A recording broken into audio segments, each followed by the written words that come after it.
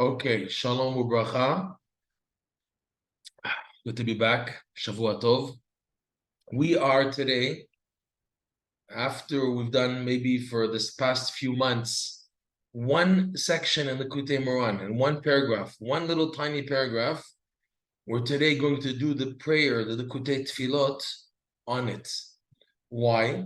Because the most clearest explanation on Rabbi Nachman's Likutey Moran, believe it or not, is Reb Noson's prayers. The Likutey Tefilot best express and explain what Rabbi Nachman is trying to say.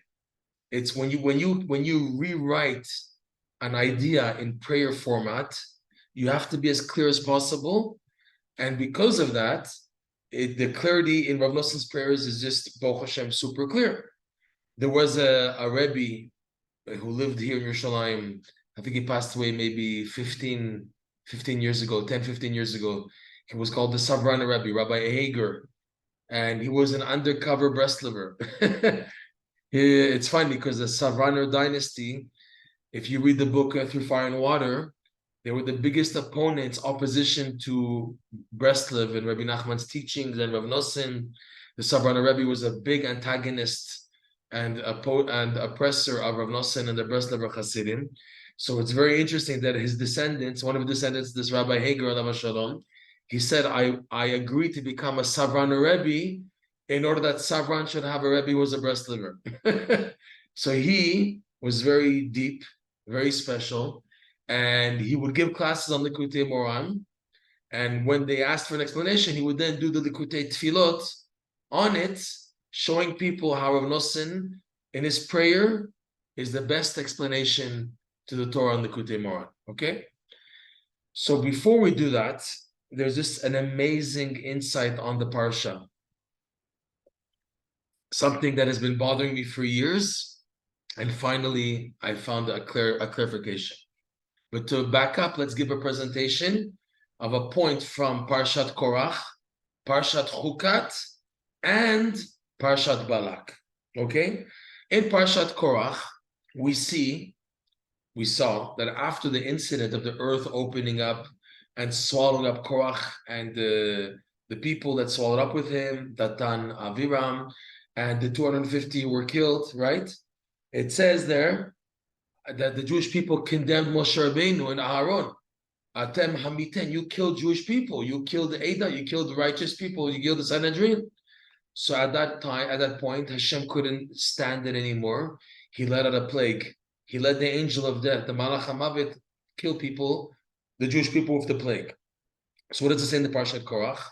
That Moshe told Aaron, quick, Maher, hurry, go, take ketoret, take the incense, put it on a machta, on the pan, and go, and with the ketoret, you'll be able to stop the plague. So Rashi brings down from the Midrash that the angel of death himself revealed this secret to Moshe Rabbeinu, that whenever there's a plague or something bad to the Jewish people, the ketoret stops it.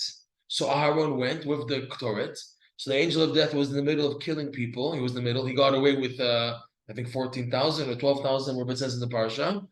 And the angel, Rashi brings down the whole Midrash of the discussion. The Malach Mavet said to Aaron, what are you doing? Let me continue my job. He said, no, Moshe Rabbeinu sent me to stop you. He said, that's funny. I am a messenger of Hashem. You're a messenger of Moshe. I come first. So Aaron said to the angel of death, no.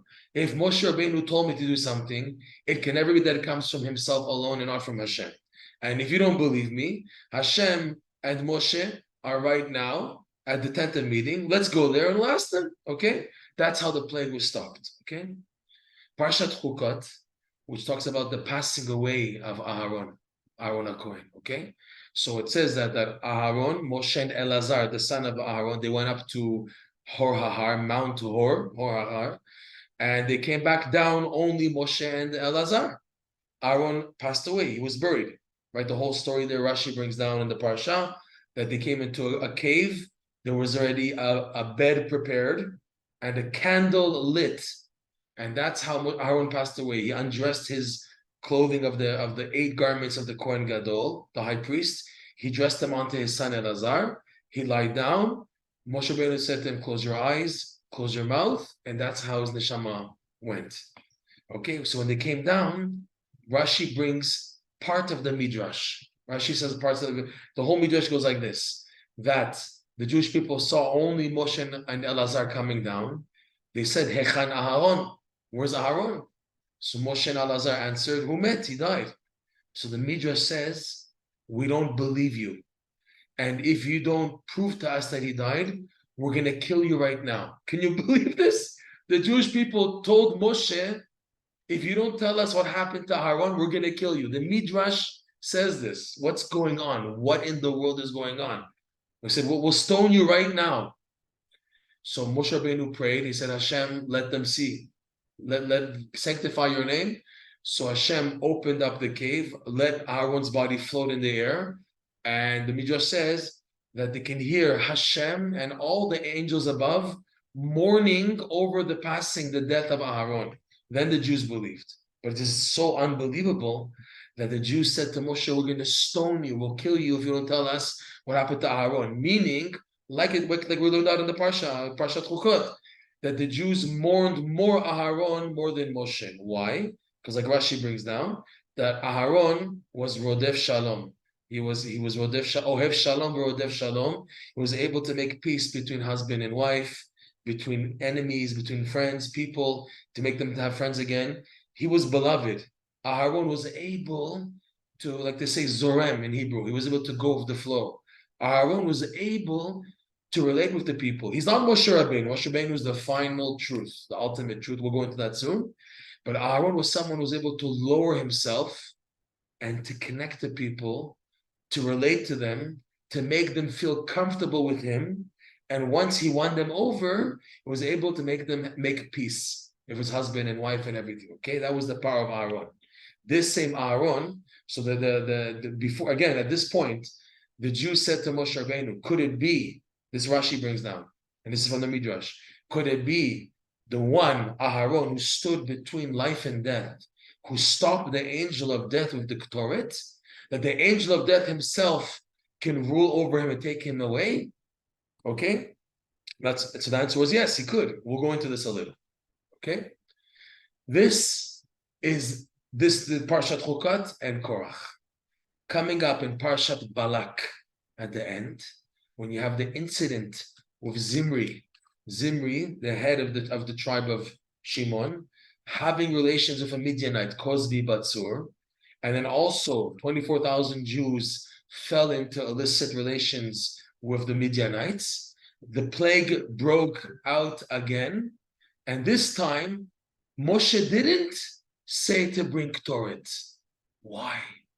Why not say that you said you saw and you said that you revealed the secret from the angel of death that the ketoret stops the plague? Why, Moshe Rabbeinu, are you not using the ketoret in the case of what's coming up in Parshat Balak with the Midianites? Use the ketoret. What's going on? So the one who answers this, and this answer is a home winner. It answers a question that's been bothering me for years. The Tiferet Yonatan, written by Rabbi Yonatan Eibeshitz, famous rabbi, author of the book Yarot Dvash, Kreti Upleti, many books. He was also a big Kabbalist. He writes like this, unbelievable. He says, ketoret, the power of the ketoret has a limit. To explain before we go into that, the Zohar, the Kabbalah, the Arizal, the Midrash, the Gemara, they all speak about the power of the ketoret to mitigate harsh judgments, to stand before a plague.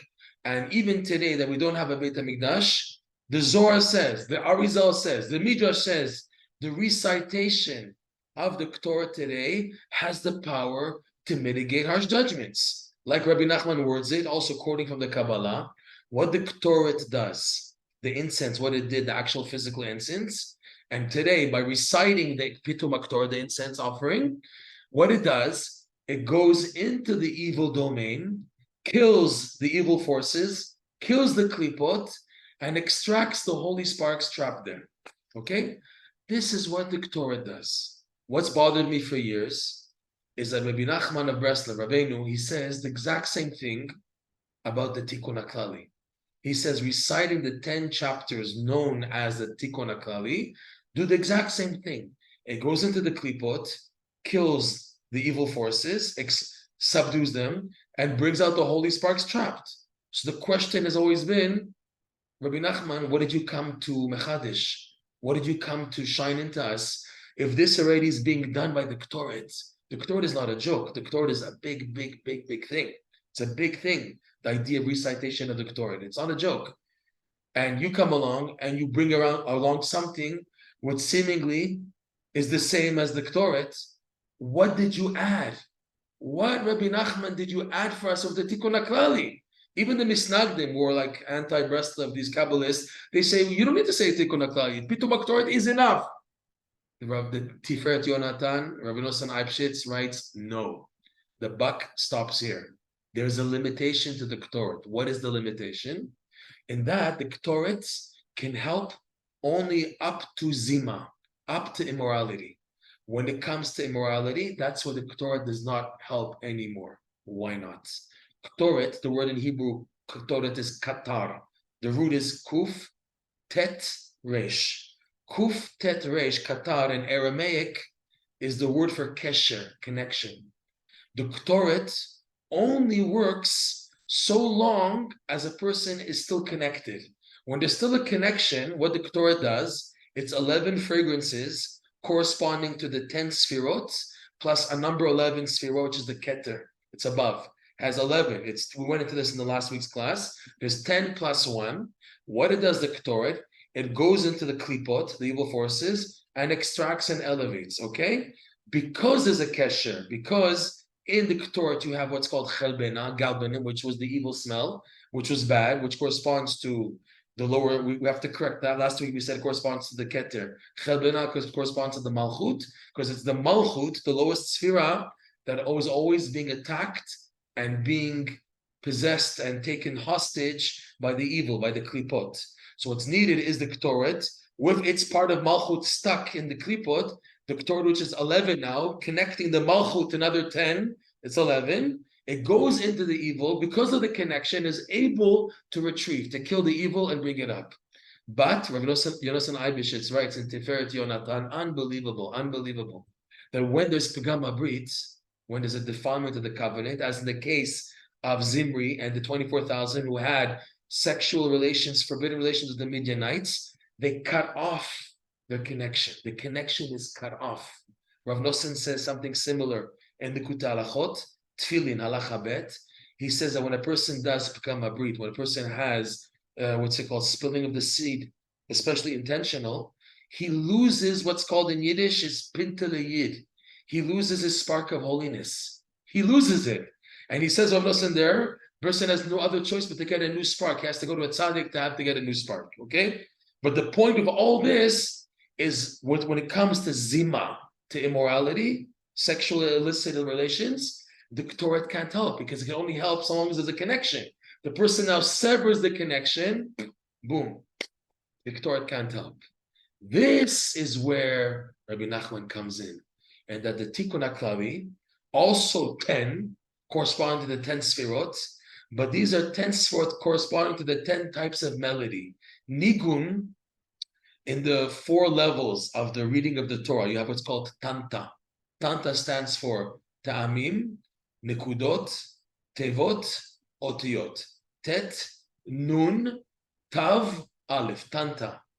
They correspond to the 4 universes, the 4 dimensions, the 4 worlds, Atzilut, Biriya, Yetzira, Asiya. Okay? So now, Atzilut, Rav Noson explains beautifully in the Likutey Halachot, in Hilchot Pirya V'Ribya, where does melody come from?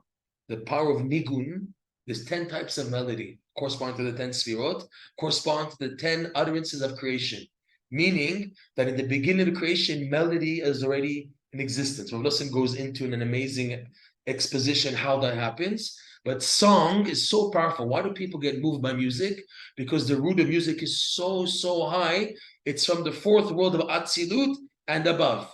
From the beginning point of creation into the Atzilut. So what Rabbi Nachman did with revealing 10 psalms that incorporate exclusively and entirely the 10 types of melody, this time we're not now taking like the ketoret, which is on the lowest of the 4 worlds, because You see, there's 4 worlds: Atzilut, Biriya, Yetzira, Asiya. We went into this in the last class. Under them is the domain of the Klipot. The ketoret is exclusively in the world of Asiya, the 4th lowest world. Proof is that the Malchut is trapped in the Klipot, in the evil side. So the ketoret is accessible to go in, kill the evil forces, and extract and bring out extraction. Okay? What the 10 types of melody of the Tikkun Haklali do is that even reciting these 10 chapters, you activate the 10 types of melody. And what they do is now someone who's totally severed. There's no connection needed. These are 10 types of melody from the beginning power force of creation, go into the evil, and the person who's totally severed, separated from his Yiddishkeit, to bring him back. This is what Rabbi Nachman says, the holy sparks of wasted seed, which are souls, not just holy sparks of mitzvot. We see Rabbi Nachman in this lesson 24, he says the mitzvah, the shechina, the simcha, they're trapped in the evil. For that, ketoret is enough. Ketoret, or like Rabbi Nachman explains, doing mitzvot with joy, is enough to extract what? Holy sparks, which are the mitzvot, the shechina itself, okay, the joy of Am Yisrael. It's enough to extract it out. But now Jewish souls themselves, due to wasted seed or blemishing of the covenant in any other way, which then the souls themselves are the holy sparks that are trapped, the ketoret can't help for that. You need something higher, and that's the Tikkun Haklali. So you need both. You would think, if now Tikkun Haklali is so powerful, so let me just say Tikkun Haklali. Why should I even say Tikkun Ketoret? You need ketoret and Tikkun Haklali. It's like, for example, somebody who has a minor pain. So you don't give him a heavy-duty antibiotic. When you give a person a super-duper bulldozer strong medication, more than what he needs, it can cause damage because he doesn't need that help. When you give too much excess help, the person is overloaded with too much energy, too much minerals, too much antibodies. That can cause damage also. So you need to know when to activate what's needed when. So Tikkun Haklali, which is for Tikkun Abrit, which is a daily problem. The Gemara says that this does not go by a day. I think it's a Gemara in Sota. There does not go a day by that a person doesn't transgress 3 transgressions. One of them being immorality, niuf, whether it was with the eyes, the thoughts, action, all that rubs off on causing a type of blemish. Again, there's levels, but in the area of Pgam Abrit, where the ketoret won't help for that. That's why Tikkun Haklali is something beneficial. Wine breastlive, even though Reb Nachman never said it explicitly, but it's an accepted custom already from Reb Noson's time that people say the Tikkun Haklali daily to help me on these tiny issues of Pgam Abrit, where the ketoret won't help. And for those areas of life where it's now the daily struggle, the great daily grind of trying to fight the Yetzirah, trying to be happy, trying to do mitzvot with happiness, that's where the ketoret comes in. You need both, okay?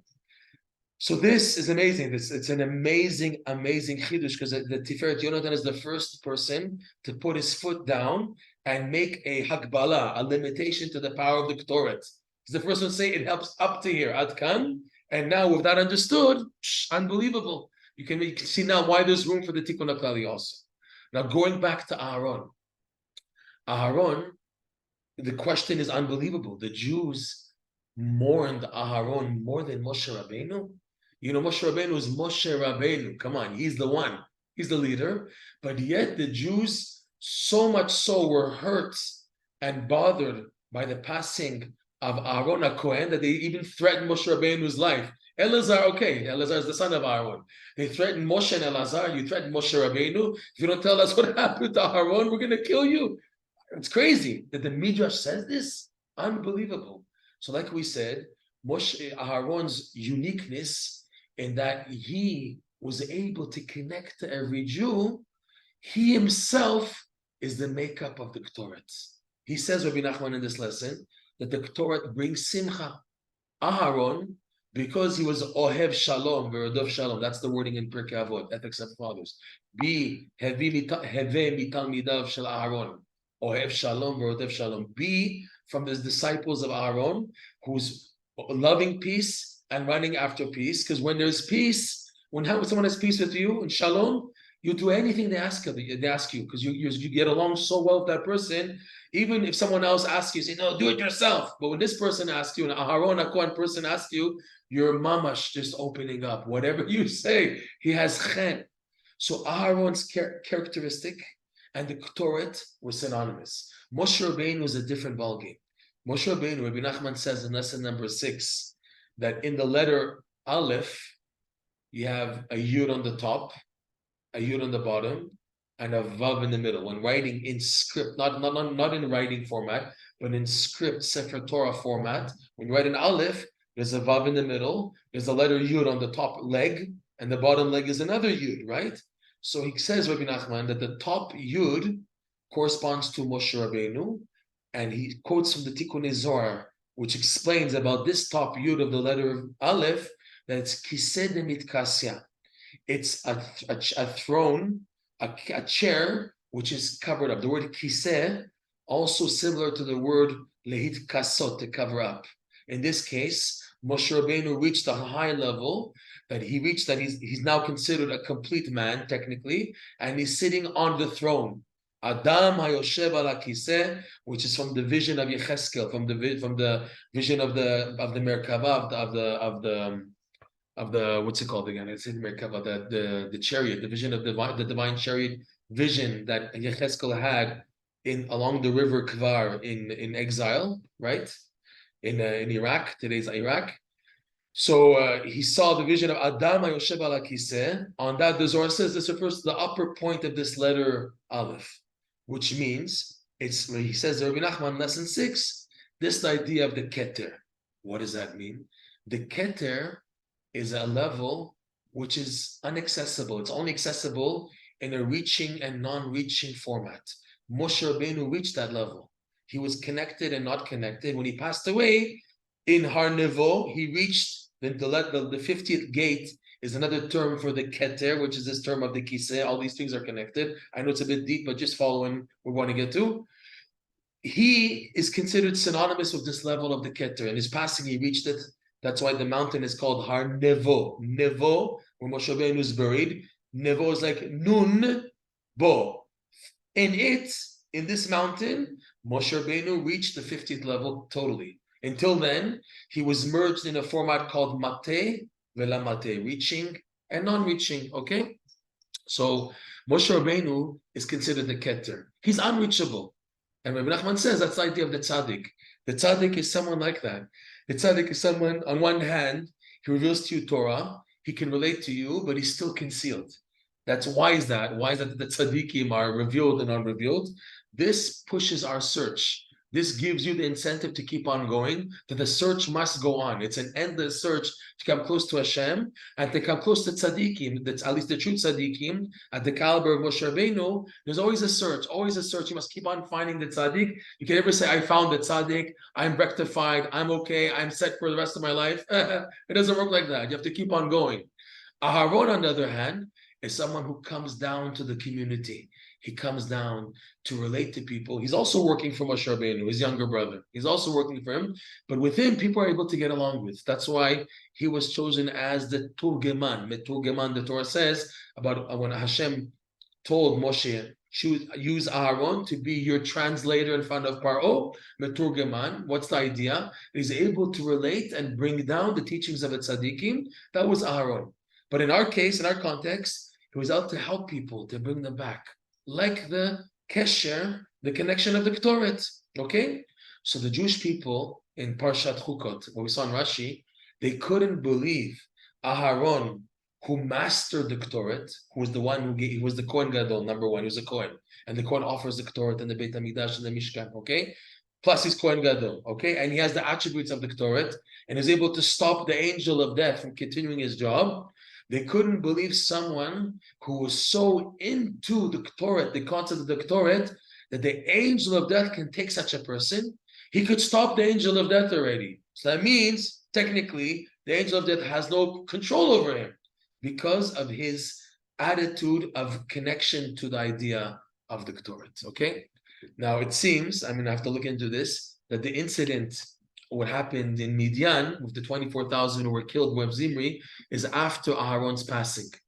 If that's the case, so we can say another reason why Moshe Rabbeinu could not use the ketoret to stop the plague with Zimri and the 24,000 who fell with the Midianites because of Gama Brit, of immorality, was because Aharon wasn't around. that the power of the ketoret to do what it did to stop death and the plague was with Aharon. But Aharon wasn't around. So in the sense, that's another possibility answer to get to that. Okay? With all that said, we're now going to continue Bezat Hashem with now, like we said, Likutey Tefilot. We're now reading. If you have access to Reb Noson's prayers, the 50th gate, if you have there's a few editions of the translation in English. Prayer 24, on the part that Reb Noson goes into the idea of Emunah. Okay, it's unbelievable what he says here. Okay, here we go. So I'm going to read this. What the purpose is here is you're going to see how Reb Noson once said, there's a question here. Elaborate a bit on what practically means to be continuously searching for the tzaddik. Not this class. We have to choose another class. It's a whole topic in itself, what you're asking here. It'll take another hour to go into that.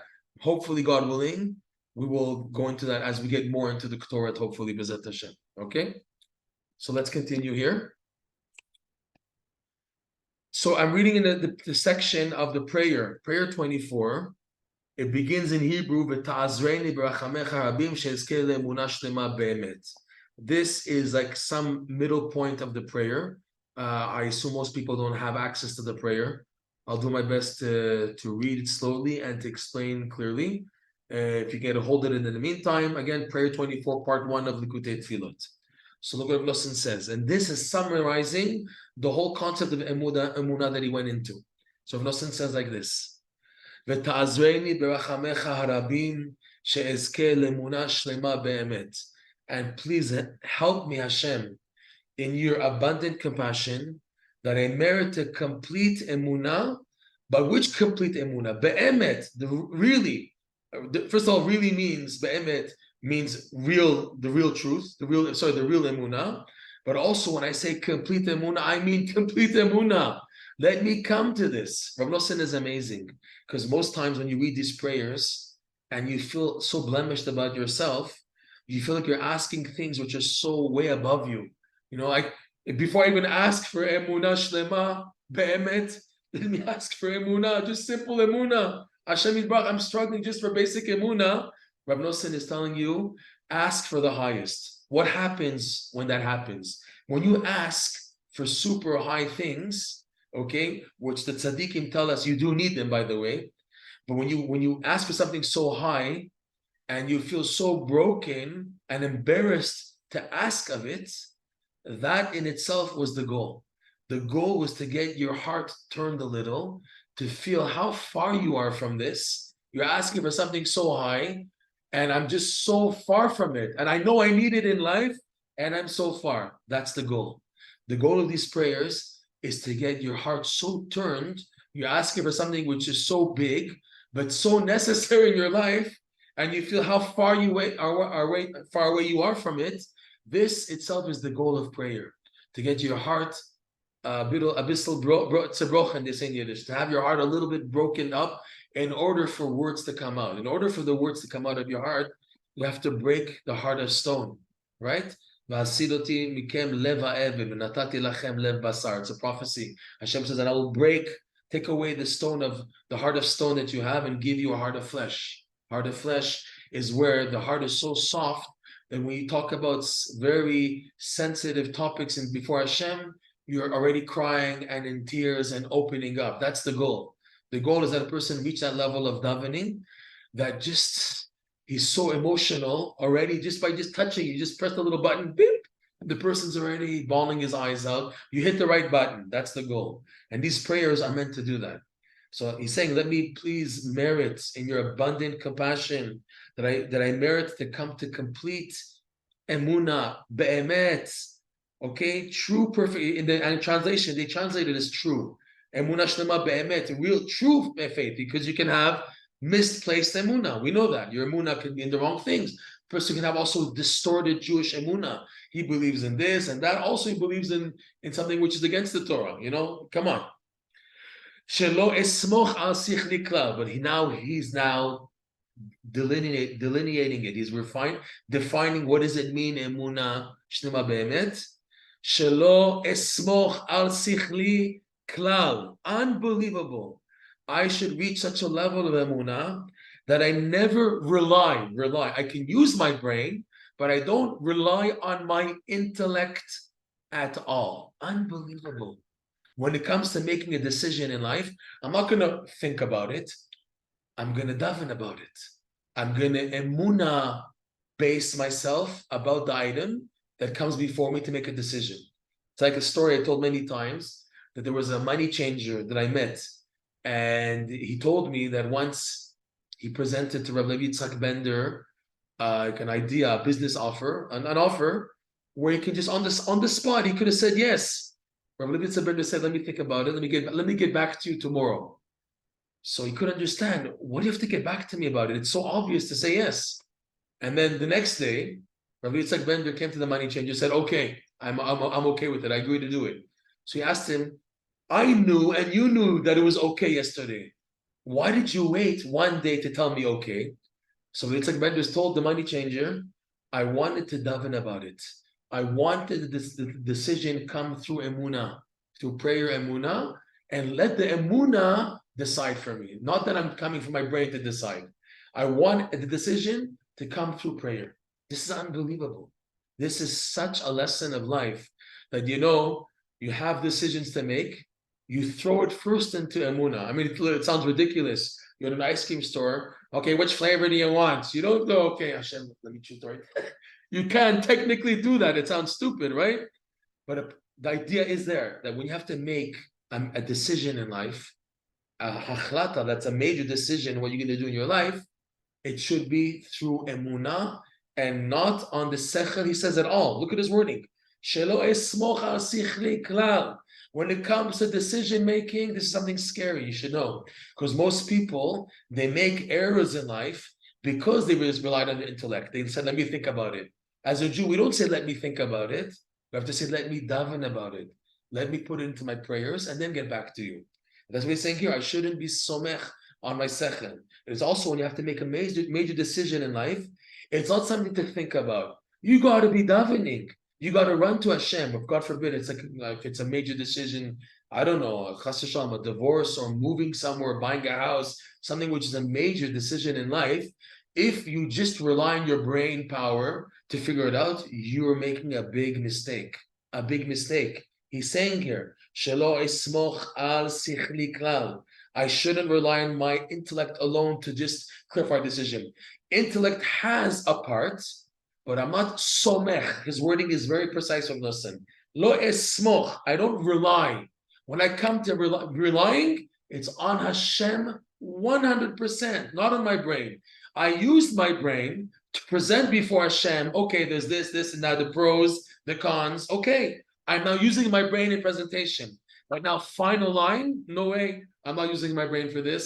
It has to be through emunah. That Hashem is guiding to make the decisions happening. That's emunah, okay? And by this is endless levels. I can't say, "Oh, can you give an example?" No. Emunah is each person according to their level. Okay, and he goes on Reb Noson now, because this is in context of the lesson where we're speaking about lesson 24. Va'afilu ba'et teshesayeni b'rachamecha, and even at those times, those moments that you help me, Hashem, in your compassion, v'tashpia alai sechel shalem v'da'at nachon b'ktusha be'emet, and you bring down an abundance upon me, tashpia alai, sechel shalem, a complete intellect, v'da'at nachon, and right, straightforward knowledge of holiness be'emet, because that's what this lesson's all about, by the way. The lesson, just to recap, when a Jew is besimcha, he works on being besimcha. He's sad. He starts off his day or his life or whatever, this part of this period in his existence, negative, sad, depressed. How to get out? He has to be besimcha. It's hard to be besimcha, so you do the mitzvot besimcha. You put the simcha on the mitzvah. Oh, thank you, Hashem. I just said a bracha. I'm able now to appreciate it. I have the tzitzit on. I'm now taking the simcha, putting it on the mitzvah, and I'm happy about it. This, he teaches, Rabbi Nachman, lesson 24, is what lifts a person out of the klipot. And then when he does that, the mitzvah now has momentum. It's like the mitzvah tells a person, why, thank you for extracting me from the klipot. Now I can get a move on and get things moving.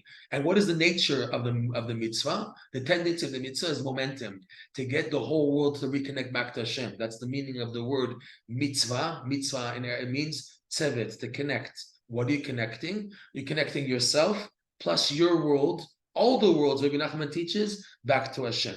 When that happens, when there's an arousal in the universe because of your mitzvah performance, which is thanks to you doing the mitzvah b'simcha, which helped extracted yourself, your simcha, the divine presence, and the status of the mitzvah before you did it, in potential, stuck in the sadness, you lifted it out.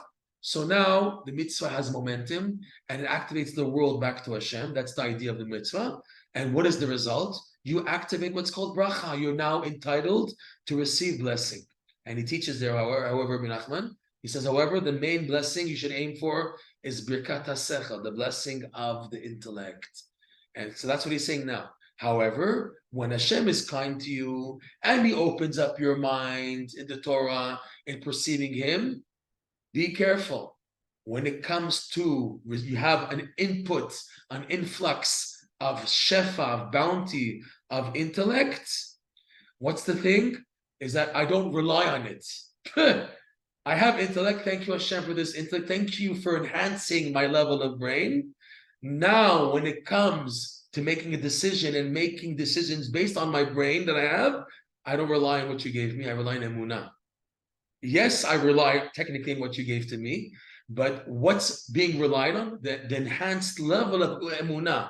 My level of Emunah has been pushed up because now I know more of Hashem and I know more how much I don't know. Tachlit hayediyah shelo neda. The goal of knowing is that I don't know, because that's how it works in Judaism. The more Torah you learn, the more you see how much you don't know. It's so funny. You see the ignoramus. When a rabbi asks him questions, he says, yeah, I know, it's okay, I know. And then when he starts learning, he says, oh my God, I don't know anything. I thought I knew. Yeah, I know how to keep kosher. Yeah, it's easy. This is dairy and this is meat. They're very clear. The people who are not religious and they think they know. Amaretz, he thinks he knows. And then the more you learn Torah, the more you see how much you don't know. That's it. And yet, what happens is then your level of emunah is enhanced automatically. Okay? So he says, "Vafilu be'et shetesayeni berachamecha v'tashpia alai sechel shalem v'dat nachon dikdusha be'emet."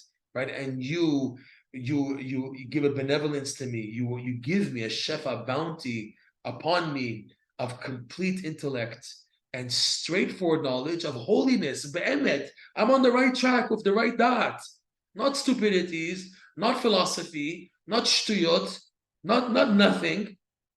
Right, proper dots. Nonetheless, he says, Reb Noson, lo esmoch al hasechel levad. Wow. Earlier, he said, lo esmoch al sichli klal. I should not rely upon my intellect at all. Now he's saying, look at the changing of the wording for Reb Noson. Lo esmoch al hasechel levad. I should not rely on the intellect alone. What happened there? Why did he change the wording? Because we just explained. Intellect, what it does, true intellect, it enhances your level of emunah. Like we just said, the more you learn, the more you know of the Torah.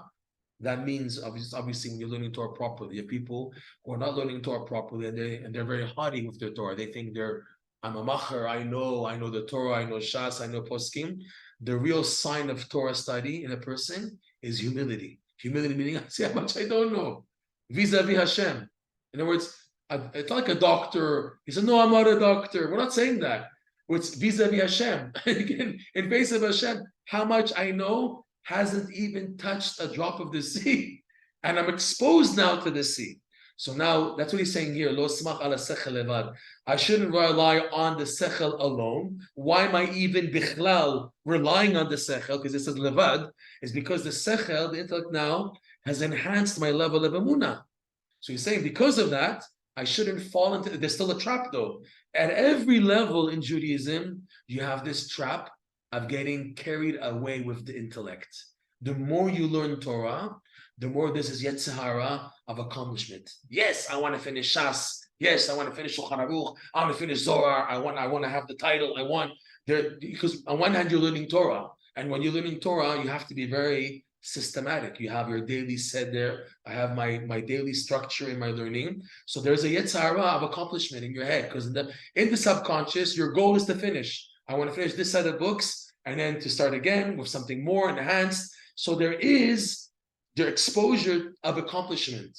That's where there could be a danger of yetzara, that you get carried away with your seder and you forget the goal of the seder.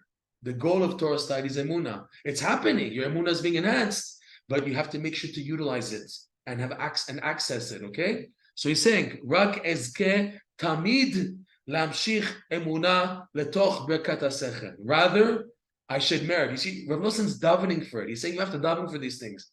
It doesn't happen automatically. You got to daven for this to happen. Rather, I should merit always to draw Emunah, faith, into the blessing of the intellect that you give to me, Hashem. Big lesson. Just the biggest lesson in life. As much as you're learning, you have to invest as much time in davening for the emunah to fill in your learning. This is a big lesson. If you don't have this, you won't be able to continue over to the lesson, to reach the keter. If this is not in place, if there's no emunah at every junction and point of crossroads in your spiritual journey of life, if emunah is not at every point, you're going to miss it. You're going to miss the train. You're going to miss the point. The point to get to the keter, which is the goal of this lesson, which is the gateway to the infinite light, which means that you have successfully tapped into your real purpose in this world, why you came back to this world, a deeper perception of your true mission in life, even if it's in a touching and not touching format, fine. But to get to that, mate vela mate, in and out, I need emunah. Emunah has to always be there. I'm running on what? What's my diesel? Am I running on diesel and fuel? I'm running on emunah. I'm running on emunah. I put in a lot of intellect, yes, a lot of Chumash, Tanakh, Mishnah, Gemara, Shulchan Aruch, Midrash, Zohar, Arizal, Ein Yaakov, Chassidut, Likutey Moran, Likutey Halachot, all Breslov books, Hasidic books, whatever. But what am I running on? I'm not running on that. I'm running on emunah. All that is to fuel the emunah, B'ezrat Hashem. Okay, and he says, just the wording here is so powerful. This is probably the most, in my opinion, the most powerful section of this whole prayer. This whole prayer 24. V'chol ma, look what he says. V'chol ma she'ezke le'osif chochma v'sechel, and the more that I merit to add more knowledge and intellect into myself, le'osif, to add more and add more, ezke le'osif emunah. It should come package and parcel with it. I should merit to add more emunah. I shouldn't be at a level where my intellect is up here and my emunah is down here. Oy vavoy, that's not good. The emunah has to be at least even more than the level of your sechel. Has to be at least here upwards. And in fact, he does say, we saw earlier, that you're always connecting to a level of emunah, because that's the definition of emunah, by the way. It's always looking upwards. There's something beyond you, and you recognize it's beyond you, and you accept it blindly with emunah, so it's automatically above you. But that's what the emunah should be. Shouldn't be that you're just a walking encyclopedia of the whole Torah, and your emunah, your davening is like dirt, chas v'shalom, your mitzvah performance is like dirt. No, it should be matching. As much as you know, the emunah is there. There was a Breslover in Uman. He was killed by the Bolsheviks, by the communists. Rav Matis Barzevsky, the person was a Gaon. He was a student of the Chafetz Chaim, and he told the Chafetz Chaim, my heart yearns for something more. And he left the Chafetz Chaim's yeshiva to go to another yeshiva, and the Chafetz Chaim escorted him. The Chafetz Chaim took his luggage with him to where the horses and the buggies were to go to another city. He wouldn't let him go. He had such a respect, even though he's leaving his yeshiva. And he told him, if you want to become a chassid, become a Breslover chassid, because they follow Shulchan Aruch, okay? This man was a Gaon. And he was in Uman. And there was a big, sharp rabbi in Gemara in Russia at the time, in the Ukraine. And he had a very complicated question on the Tosfot. And he was told about this Rav Matis in Uman, who had a very strong head. He went to him, and this is a question he asked many rabbis, and they couldn't give him an answer. This Rav Matis, within 2 minutes, answered his question that he had bothering him for years, and the guy flipped out. So Rav Matis said to him, why are you so impressed with this? This is not the main thing. The main thing is to serve Hashem with good deeds of Emunah, Tshuva, Masim, Tovim. That's the main thing. Why are you so impressed with the brain power? That's not where you have to be impressed with. You have to be impressed with a Jew's actions, his Emunah level. Unbelievable. Okay? So here also, Ezke Leosif Emunah. Let's try to finish this up. Ve'ikar Tvunat Sichli Iyeh. Look at this. And the essence of the Tvuna, of the understanding of my intellect, should be the following. Look at this. Should be what? Le'ha'amin becha be'emunah shlema. My goal of my intellect should be to believe in you. My goal is what? Emunah. Unbelievable. And he says here, ve'osif litchazek bechol pa'am be'emunah chazaka biyutar. The goal of my intellect is what? Higher levels of emunah. Not higher levels of intellect. That's the means. The goal is emunah. More emunah. That's why I'm learning Gemara. That's why I'm learning if it's the Pilpulim and all the Mefarshim, whatever I'm learning, my goal is to enhance the emunah. I should not forget this. Should be zoche to be strengthened with more every time with more emunah. And here's the power, and we finish with this. The power punch is here. Ve'ezke tamid. And I should merit always Hashem. Leha'amin becha. Number one, to believe in you, Hashem. Number two, ube mitzvotecha kdoshim. To believe in your mitzvot, holy mitzvot. Number three, ube tzadikecha amitim. And to believe in your true tzadikim. Be'emunah shtema be'emet. With complete, true emunah. Be'pshitut ubitmimut. With utmost simplicity and sincerity and honesty. That's the goal of the Sechel. If you have this in your pocket in life, you have everything. You have everything. If Emunah is first and foremost, and no matter how much Torah you learn, you don't get sidetracked, you don't lose your Emunah, you don't become a walking computer. There's enough walking computers. There's also no artificial intelligence that has the whole Torah inside also. There's no difference, okay? If you have this, you've made it. We'll stop here. B'ezrat Hashem, and we continue next class back to Likutey Moran. And thank you for joining the class. Kol Tu, have a great day.